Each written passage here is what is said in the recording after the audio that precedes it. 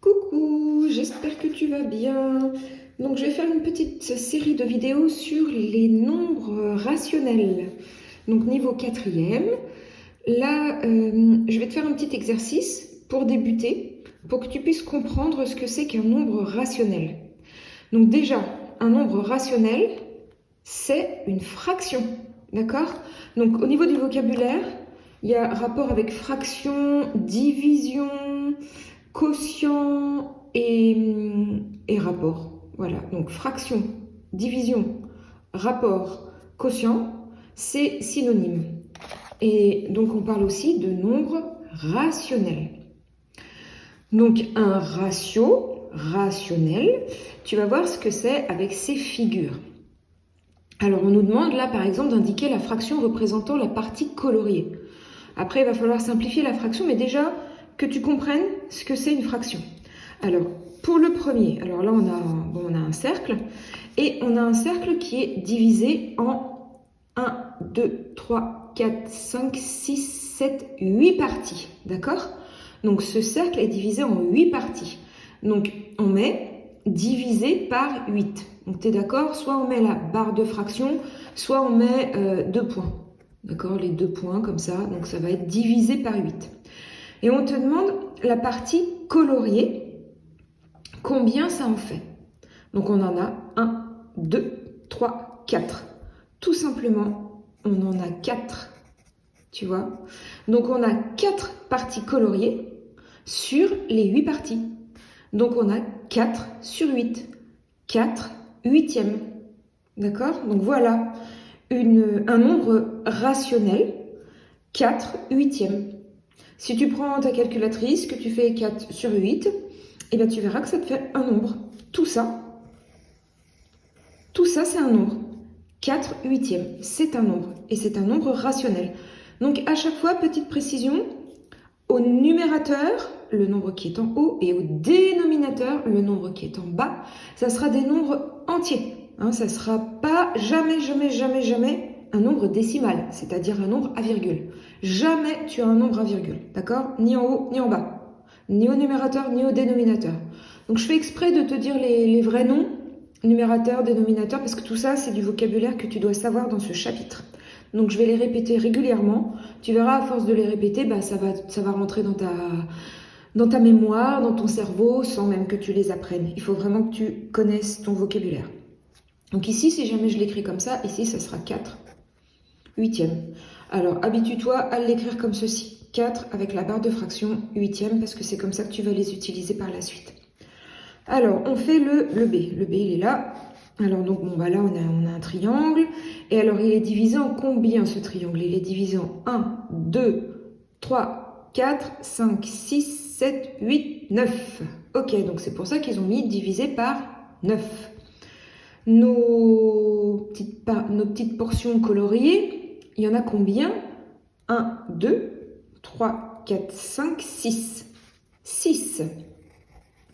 6 sur 9. 6 neuvièmes. Pour la simplification, je le ferai dans une autre vidéo. Je ferai la vidéo juste après. Donc là, c'est juste que tu comprennes ce que c'est qu'un nombre rationnel, ce que c'est qu'une fraction. Encore une fois, c'est pareil. Fraction, nombre rationnel, c'est pareil. Ok?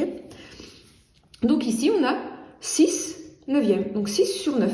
T'as compris? Donc il y a 6 petits triangles coloriés sur les 9 au total. On continue. Donc le petit c. Donc ici, on a combien de... C'est divisé par combien au total? 1, 2, 3, 4, 5, 6, 7, 8, 9, 10. Donc, c'est divisé par 10. Donc, ça va être des dixièmes. Et il y a combien de parties coloriées? 1, 2, 3, 4, 5, 6. 6 sur 10. J'espère que tu as compris. Maintenant, ça va être plus facile pour la suite. Donc ici, au total, on en a 1, 2, alors 3, 4, 5, 6, 7, 8, 9, 10, 11, 12, 13, 14, 15, 16. Notre figure est divisée en 16. Et combien il y a de parties coloriées? 1, 2, 3, 4, 5, 6, 7, 8, 9, 10. Il y en a 10. Donc, il y a 10 parties coloriées sur les 16. 10 16e. OK? On continue. Pour cette figure, 1, 2, 3, 4, 5, 6, 7, 8, 9, 10, 11, 12. Pardon, 12. Et il y a combien de parties coloriées? Pardon. 1, 2, 3, 4, 5, 6, 7, 8, 9. 9 douzièmes. On continue. 1, 2, 3, 4, 5, 6, 7, 8, 9, 10, 11, 12, 13, 14, 15, 16, 17, 18, 19, 20, 21, 22, 23, 24. 24. Et combien de parties coloriées? 1, 2, 3, 4, 5, 6, 7, 8, 9, 10, 11, 12, 13, 14. Voilà. 14 sur 24. Donc, comment dire? Là, tu vois, c'est avec des figures géométriques. Tu peux aussi l'imaginer avec des bonbons. Alors moi souvent c'est l'exemple que je prends. Imagine, tu as, je vais te l'écrire là, tu as 10 bonbons. Alors tu as 10 bonbons, ok.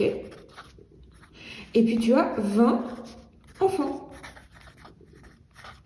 Tu veux distribuer ton paquet de 10 bonbons parmi tes 10 enfants.